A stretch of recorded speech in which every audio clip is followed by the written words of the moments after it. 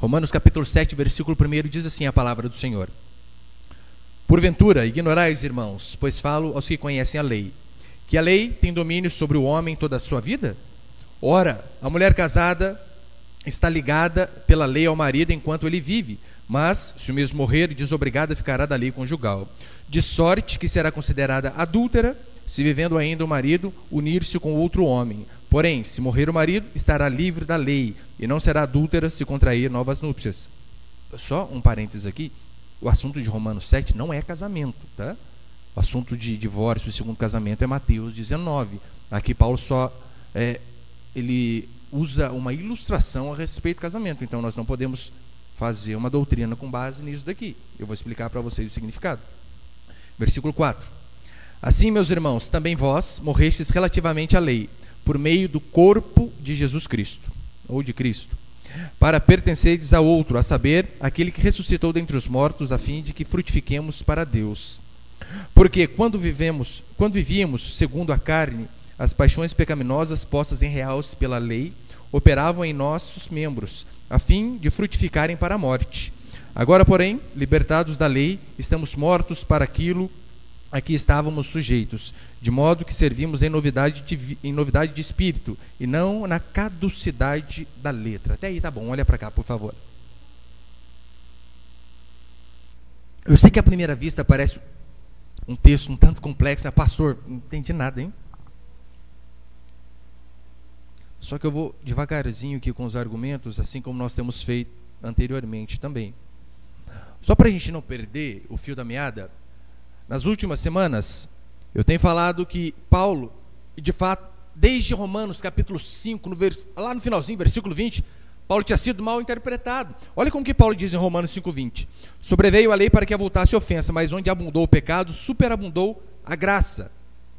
Paulo tinha sido mal interpretado por conta desse argumento. Então ele pega o capítulo 6 e o capítulo 7, ele abre um parênteses bem grande para explicar as dificuldades que os judaizantes estavam tendo ali em Roma. E depois do capítulo 8 ele volta ao assunto do capítulo 5, aonde ele parou. Paulo estava sendo mal interpretado por dois motivos. Primeiro, que quando ele disse, olha, onde abundou o pecado, superabundou a graça, as pessoas tinham entendido assim de maneira, calma aí, se quanto mais pecamos, mais graça é derramada sobre nós, vamos pecar ainda mais para que a graça seja mais abundante. Esse era o entendimento que as pessoas tinham tido. Esse é o entendimento que muitos têm quando pregamos sobre a graça. Então eu posso fazer o que eu quiser. Eu já fui acusado disso. E eu não fico triste, porque eu vejo que eu estou seguindo mais ou menos o caminho aqui de Paulo. Mas depois Paulo, no capítulo 6, ele diz, claro que não. Não vamos fazer dessa forma.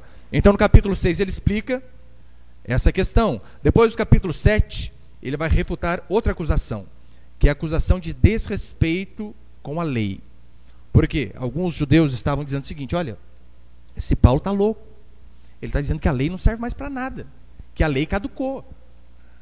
Ele está dizendo que agora é a época da graça, pega a lei, aquilo que Deus fez, os mandamentos através de Moisés, e joga no lixo. Era disso que ele estava sendo acusado. Porque em Romanos 5:20 ele diz, a lei veio para avultar o pecado. Avultar é colocar em realce, né? No outdoor.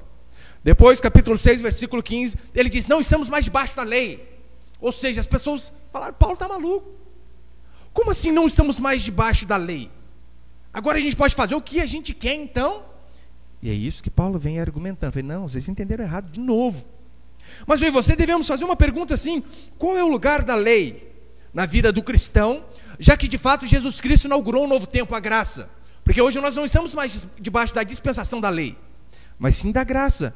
E qual que é o papel da lei então?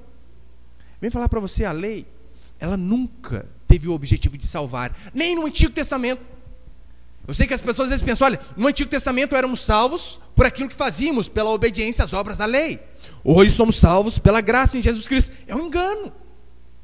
Desde que o mundo é mundo, o Antigo e o Novo Testamento, o ser humano é salvo apenas por uma forma, apenas de uma maneira: fé em Jesus Cristo. A diferença, como eu tenho falado, é que nós acreditamos num Cristo que veio atrás. Aqueles lá atrás acreditavam num Cristo que viria lá na frente. Era isso que todos os profetas, Davi, os reis diziam, olha, um dia vai vir o Cordeiro de Deus que tira o pecado do mundo. E de fato, quando Jesus é batizado, é esta frase que João Batista usa: eis o Cordeiro de Deus que tira o pecado do mundo. Por isso não oferecemos mais sacrifícios no culto hoje. A lei nunca teve o objetivo de salvar, mas sim conscientizar as pessoas de pecado. Os mandamentos servem para isso, para que nós tenhamos consciência do que é errado. Porque a lei em si mesma ela não pode salvar. É isso que Paulo diz em Romanos 3,20. Ninguém será justificado pelas obras da lei, porque pela lei vem o pleno conhecimento do pecado. Ou seja, nós podemos dizer que a lei também ela tem duas funções. Primeiro, ela mostra o caráter de Deus, como que Deus é. Quando Deus diz não mate, Ele está dizendo, eu sou assim. Quando Ele diz não roube, não minte, não furte, eu sou dessa forma. Mas também quando Deus coloca a lei ali, Ele está colocando a lei para que nós de fato venhamos a ver que nós estamos condenados e perdidos. Eu sei que muitos olham para os mandamentos e dizem, você tem que obedecer os mandamentos. Mas quem consegue, meu irmão? Uma vez eu vi um programa da igreja adventista, e até com medo de falar, parece, né? Da igreja adventista. Fala melhor. Então, o pastor falando coisas coerentes. Depois ele disse assim, o argumento de Tiago, do apóstolo Tiago. O que adianta você guardar toda a lei e errar em um mandamento? Porque a Bíblia diz que aquele que erra em um mandamento é réu de toda a lei. Na hora eu já chamei minha esposa, vem que quer apostar que vai falar do sábado? Não deu outra. O que adianta você guardar toda a lei se você não guarda o sábado? Eu pergunto para você, vamos só nos 10 mandamentos. Qual que é o mandamento mais fácil de se guardar? Vamos colocar o primeiro, amarás o teu Deus de todo o coração, de toda a tua alma, de todo o teu entendimento. Nós não fazemos isso. Estamos longe. Aquele outro lá, né? Amarás o próximo como a ti mesmo. Jesus, esse aí piorou. Muito difícil. Não cobiçarás, o mandamento que derrubou o apóstolo Paulo? Quem que nunca cobiçou alguma coisa? Agora, se de fato olharmos para o sábado, o que é ficar um dia inteiro sem fazer nada? Meu irmão, desempregado guarda o sábado, sabia? Preso guarda o sábado. Ele não faz nada no sábado. Isso aqui é o mais fácil, qualquer hipócrita consegue. Mas quem consegue de fato guardar os mandamentos? Quando Jesus vem e diz, olha, eu vi que foi dito, eu porém vos digo. Lembra, ele está explicando o mandamento. Olha, na lei vocês entenderam que é não matarás. Eu vou dizer para você a interpretação correta. Aquele que desejar o mal para o seu irmão é réu do inferno. Quem guarda esse mandamento? Ninguém guarda. Então a lei ela veio justamente para isso, para revelar o pecado, para mostrar que nós estamos na verdade condenados. Portanto, a lei ela revela o pecado, não a salvação. A lei ela produz ira e não graça. A graça veio somente mediante a pessoa de Jesus Cristo. Só que as mentes aqui dos judaizantes, legalistas, eles achavam o seguinte: primeiro, Paulo está faltando com respeito à lei. Paulo está dizendo que nós não estamos mais debaixo da lei. É falta de respeito. Em Romanos 6,14, Paulo diz, né? Eu acabei de citar esse versículo, acho. Porque o pecado não terá domínio sobre vós, pois não estáis debaixo da lei, sim da graça. Quando Paulo solta uma dessa aqui, o pessoal fica louco. Como assim, Paulo? Porque a conclusão óbvia que eles tiveram é o seguinte: Paulo está estimulando o povo a viver uma vida de qualquer maneira, sem santidade, sem obediência, porque se não temos lei, vamos viver na ilegalidade, de forma pecaminosa, sem regras morais. Era isso que os homens estavam assustados. Mas é claro, além da lei ser regra moral para o povo judeu e para nós hoje também, tem um porém aí. Por que eles ficavam bravos com Paulo? É porque, de fato, além de ser a lei moral onde nós aprendemos o que devemos e o que não devemos fazer, diz a Escritura que eles se deleitavam na lei de Deus. É o que diz Salmo 19. Salmo 19, versículo 7 e 8, diz assim: a lei do Senhor é perfeita e restaura a alma. Olha que maravilha! Então, quando Paulo diz, não estamos debaixo da lei, o povo não entende. Como assim, Paulo? A lei do Senhor é perfeita e restaura a alma. O testemunho do Senhor é fiel e dá sabedoria aos simples. Os preceitos do Senhor são retos e alegram o coração. O mandamento do Senhor é puro e ilumina os olhos. Então não tinha apenas essa questão da lei moral, de dar o norte para pessoas de como se comportar. Eles também se deleitavam na lei. É por isso que eles acharam Paulo, de fato, está maluco mesmo. Como Paulo disse que nós temos que ser libertos da lei, sendo que a lei é a palavra de Deus. Então aqui no capítulo 7, é uma explicação, na verdade, de como nós morremos para a lei. Eu vou explicar o que é morrer para a lei. Porque quando nós morremos para a lei, é a única maneira que nós temos de estar unidos com Cristo. E a ilustração que ele dá aqui é, de fato, unidos matrimonialmente. Por quê? É só dessa forma que nós vamos, de fato, dar frutos para Deus. Esse é o objetivo. Então, como crentes, a nossa relação com a lei mudou depois de Jesus Cristo. Eu quero passar só 2 princípios, então, essa noite. Primeiro, nosso antigo marido era a lei. Marido que eu digo até para nós que somos homens, porque diz a Escritura que nós somos a noiva de Cristo. Amém, meus irmãos? Tem problema com isso não, né? Nós, a igreja, é a noiva de Cristo. Mas a Escritura diz que o nosso antigo marido era a lei. E a ilustração fantástica que Paulo usa é a respeito do casamento. Olha, a mulher está ligada ao marido enquanto ele vive. Todavia, se morrer, desobrigada ficará da lei conjugal. Aqui o que Paulo está dizendo, ele está mostrando que o homem, como que ele é em relação à lei de Deus. Mostrando, olha, o homem ele está escravo a isso daqui, a obedecer à lei. Lembra quando ele disse para Moisés? Faze isto e viverás. Essa é a lei. É por conta disso que ninguém tem vida com base na obediência à lei, porque ninguém consegue obedecer à lei por completa. Porque Tiago diz, aquele que erra um mandamento é réu de toda a lei. Daí está lá, você faz tudo certinho, mas no final da sua vida você roubou um alfinete. Ai, pastor, só um alfinete. Então, se você for para o céu, no céu vai ter um ladrão de alfinete, então vai deixar de ser perfeito. Não obedecemos à lei. A palavra casada, quando Paulo usa aqui, ela de fato ela traz essa ideia, né, de estar sob autoridade, assim como a esposa está sob autoridade do marido, ligada, subordinada, em contraste com a palavra livre. É isso que Paulo vem dizendo, olha, nós estamos subordinados, ligados, sob a autoridade da lei. Essa é a relação de todo incrédulo. Ele é marido da lei. Ele deve obedecer à lei. E é claro, se ele precisa obedecer para que ele seja salvo, ele nunca vai ser salvo porque ele não vai dar conta de obedecer. Ou seja, ele está perdido. Só há uma maneira desse incrédulo, que outrora éramos nós, só tem uma maneira desse incrédulo, que era escravo daquele marido da lei, ser salvo. De que forma? Mediante a morte. É o que ele diz aqui, olha, se morrer, desobrigado de fato estará da lei conjugal. Só a morte põe fim a essa relação. Pastor, qual que é o problema nosso em relação à lei? É ruim? É horrível. Por quê? Meu irmão, você não consegue obedecer aos mandamentos. Mas não vamos nem para os mandamentos. Vamos lá. Sermão da montanha. Bem-aventurados puros de coração. Pode ir todo mundo embora, inclusive eu. Acabou. Bem-aventurados pacificadores.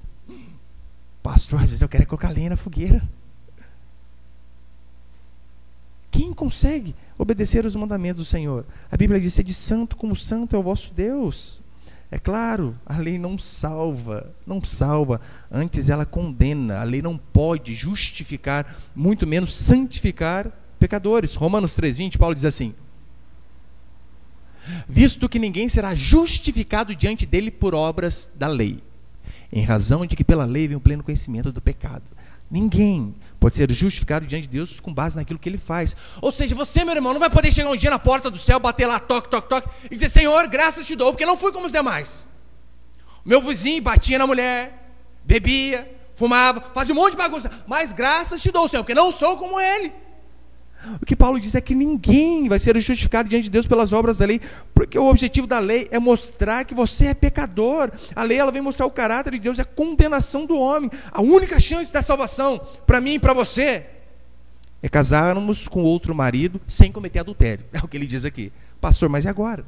Como que casa com você cometer adultério? A não ser que o primeiro morra, meu irmão. Essa é a ilustração fantástica aqui que Paulo dá.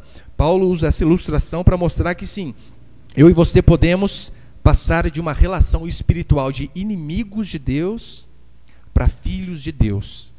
Que é possível sim, mediante a morte. Daí fica mais fácil entender. Não estamos debaixo da lei e sim da graça. Ou seja, mediante a morte de Cristo, nós somos libertos daquele antigo marido chamado lei. Então podemos casar com um novo marido. A graça em Jesus Cristo. E é claro, quando ele diz essa mulher, que essa mulher somos nós.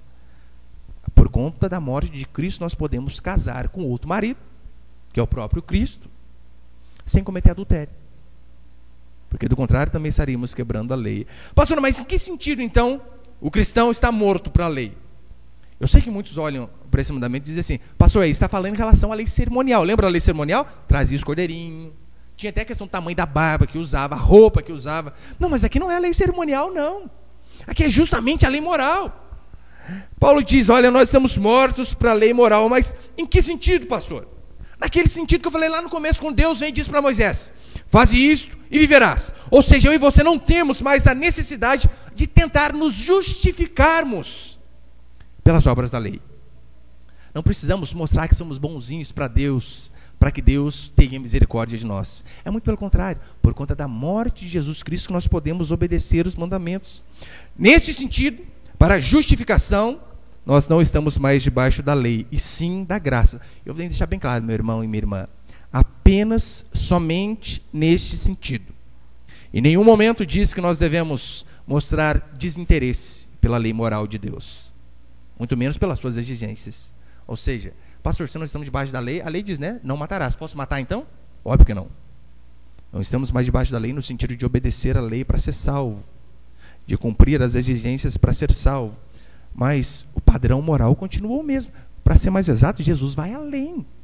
Se você olhar para o mandamento, meu irmão, como eu disse, guardar o sábado é fichinha. Uma vez, parente meu que é adventista perguntou: por que você não guarda o sábado? Eu guardo todo dia. Eu sou pastor. Todo dia eu guardo para Deus, meu Deus do céu. Guardo todo dia. Mas o padrão de Deus não apenas ficou naqueles mandamentos. O que Jesus Cristo fez, ele aumentou o nível. Mateus 5:20, ele diz assim: porque vos digo que se a vossa justiça não exceder em muito a dos escribas e fariseus, jamais entrareis no reino dos céus.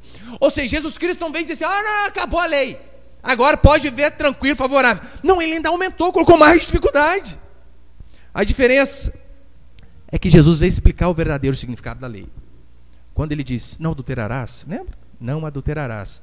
O fariseu olhava para aquele mandamento e dizia assim: rapaz, isso aí eu estou tranquilo, né? Ele vem e diz: aquele porém que olhar para uma mulher com intenção impura cometeu adultério. Você percebeu? Ficou mais difícil. Oh, Senhor, complicou nós, hein? Eu não sei quanto a você, mas eu na igreja católica, aquele não cobiçarás, que foi o mandamento que derrubou o apóstolo Paulo, né? Paulo caiu nesse. Eu não sei se você também passa esse. Eu acho que não, né? Eu aprendi que é assim: não cobiçarás a mulher do próximo. Mas se você for ler Êxodo 20, não é cobiçarás a mulher do próximo. É a mulher, o gado, o rebanho, a casa, o filho, a vida, o salário, o trabalho, tudo. Daí está aqui, vem uma visitante na igreja, cabelo lisinho, as irmãs: Senhor, progressiva, só pode. Maria escandalosa ainda, dá para perceber. Choveu, já era. Quem nunca, meu irmão, caiu nesse mandamento de cobiçar? Você está lá a vida inteira: ai, que meu filho consiga um bom emprego, e menino estuda. Daí o vizinho vem e chama você para um churrasco: nossa, meu filho passou na USP em primeiro lugar, sabia fazer uma festa, vamos lá. Que dia que você fica, meu irmão? Você quase não torce, né? Os mandamentos de Jesus vão além da lei escrita. A liberdade cristã que nós temos pelo fato de estarmos na graça é liberdade para obedecer e não liberdade para pecar, para andar de qualquer jeito. E segundo e último princípio,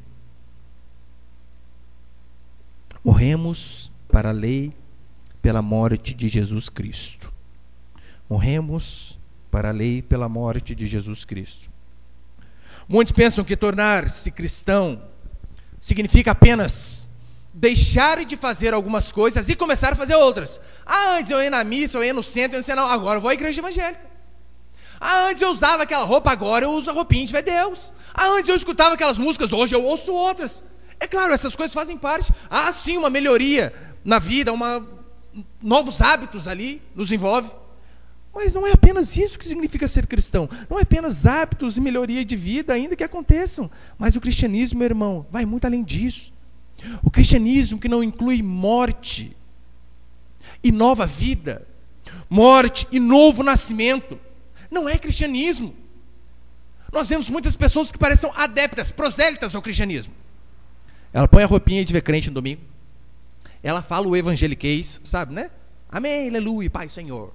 Vai diminuindo: Pai Senhor, passeou para onde? Fala o evangeliquez ali. Você vê, tem até os trejeitos de crente. Acontece alguma coisa: misericórdia. Mas o cristianismo vai muito além dessas coisas.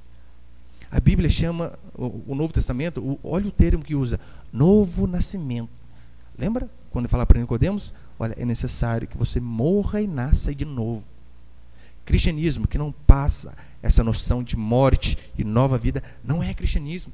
As Escrituras, você tem que entender uma coisa: que elas não foram dadas para ensinar o caminho, para nós sermos salvos. Não, não foi para isso.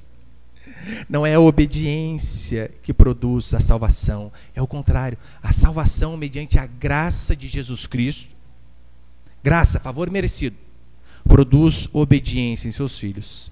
É por isso que ele diz: assim vós estáis mortos para a lei. Você pode acompanhar comigo, versículo 4 de novo? Assim, meus irmãos, também vós morrestes relativamente à lei, por meio do corpo de Jesus Cristo. Ou seja, a lei não salva ninguém. A encarnação de Jesus Cristo não tem o poder de salvar a minha e a sua vida. Eu vou mais longe. Os ensinamentos de Jesus Cristo, por mais maravilhosos que sejam, qualquer ímpio, qualquer ateu, se você ler o Sermão da Montanha, não tem quem não se dobre diante desse sermão maravilhoso. Todavia, nem os ensinos de Jesus têm o poder de salvar. Muito pelo contrário. Só mostra que nós estamos longe daquele padrão que ele mostrou que nós devíamos seguir. No versículo 4 ele ainda diz, né, olha, por meio do corpo, estáis mortos para a lei por meio do corpo de Jesus Cristo. Para mostrar, meu irmão, que a única coisa que pode de fato salvar a minha e a sua vida foi a morte de Jesus Cristo. E lembrando, não foi qualquer morte. Não, chegou lá a determinada idade, já estava cansado, morreu. Não, estava doente, morreu. Foi atropelado, morreu. Não! Lembra o que Isaías diz? Mas ele foi transpassado pelas nossas transgressões e moído pelas nossas iniquidades. Ou seja, não foi qualquer morte. Olha, esse termo eu sei que às vezes parece até difícil de imaginar, mas moído pelas nossas transgressões, quando diz Isaías, já foi no supermercado, você que é mulher, ou até mesmo homem, comprar carne moída, quando ele pega aquele pedaço de carne, põe naquele negócio, pega o pauzinho e sai só a carne moída mesmo. Olha como é forte esse texto. Mediante a morte violenta de Jesus Cristo, mediante ele ser transpassado pelas nossas transgressões e moído pelas nossas iniquidades, é que eu e você podemos ser salvos. E Jesus Cristo, meu irmão, a morte dele não é apenas um evento religioso. Porque é só os crentes que acreditam nessa coisa. Não é. A morte de Jesus Cristo, justamente do jeito que a Bíblia diz que é um evento histórico. Leia livros de história secular. Eles não vão dizer que Jesus é Deus, não vão. Mas todos vão dizer, exatamente, teve um cara aí que dizia que era o filho de Deus. Leia Flávio José, historiador judeu. Até hoje eles estão esperando a vinda do Messias. Ele vai contar exatamente as coisas que aconteciam. Tanto é que Flávio José, ele tem um livro maravilhoso chamado A História dos Hebreus, um calhamaço de 1000 e tantas páginas. Mas ele corrobora com todos os eventos da Escritura. É por isso que nós vemos, olha, no reinado de não sei quem, o imperador era fulano, o tetrarca era o outro, no ano de César, de Dário, para você, historicamente, de forma secular, você comprovar, a morte de Jesus Cristo foi algo histórico. Essa é a bendita doutrina da expiação que nós falamos aqui algumas semanas atrás. Lembra o que é expiação? É alguém pagar o preço do pecado por outro. Ou seja, diz a Bíblia que nós pecamos, nós desobedecemos, nós somos imundos, impuros, a nossa mente só passa coisa que não presta, os nossos atos são pecaminosos, e então a Bíblia diz que o salário do pecado é a morte. Portanto, alguém precisava morrer por conta dos pecados. E no Antigo Testamento diz a Bíblia que havia um dia chamado Yom Kippur, o dia do perdão nacional, onde era o perdão para toda a nação. O sumo sacerdote pegava um cordeirinho, entrava lá no Santo dos Santos, colocava a mão sobre um cordeiro, e de forma simbólica os pecados de toda a nação eram transferidos para aquele cordeiro. E sabe o que ele fazia diante do Senhor? Matava e aspergia no propiciatório, aquela tampa da Arca da Aliança. E diz a Bíblia que aquilo dali, que aquele sangue derramado daquele cordeiro, aquilo expiava o pecado daquele povo por determinado tempo, até o próximo ano. Mas então vem Jesus Cristo para cumprir de fato essa passagem de uma vez por todas. Ele de fato, quando morreu por nós. Ou seja, aqueles cordeirinhos eram apenas um símbolo do cordeiro que viria lá na frente. É por causa disso, meu irmão, que nós temos salvação. Não há outra possibilidade. Portanto, quando alguém perguntar para você, olha, como que eu faço para me tornar uma pessoa cristã? Você não deve falar de você. Eu fiz assim. Para ser mais sincero, você não deve nem falar dos ensinos de Jesus Cristo, por mais que sejam maravilhosos. Você tem que falar da morte dele. você tem que falar do pecado do ser humano e de que um dia alguém pagou o preço pelos nossos pecados. Sim, que Jesus Cristo viveu sob a lei, sem pecado, uma vida perfeita, e ele sofreu a punição da lei por os nossos pecados, sofreu a morte que eu e você deveríamos sofrer. Essa é a única forma do ser humano ser salvo. E é óbvio, ressuscitou para que nós tivéssemos uma nova vida. No capítulo 6, a Bíblia diz que nós morremos para o pecado. Eu expliquei isso nas últimas semanas. E nesse capítulo 7, Paulo vai dizer que nós morremos também para a lei. E, por exemplo, ele dá um outro exemplo em Gálatas, capítulo 2. Gálatas 2, 19, Paulo diz assim: porque eu, mediante a própria lei, morri para a lei, a fim de viver para Deus. Estou crucificado com Cristo. Como assim morri para a lei? O que Paulo diz em Gálatas e o que Paulo está dizendo aqui em Romanos, quando ele diz morri para a lei, ele está dizendo que de fato a lei impôs a pena completa em Jesus Cristo.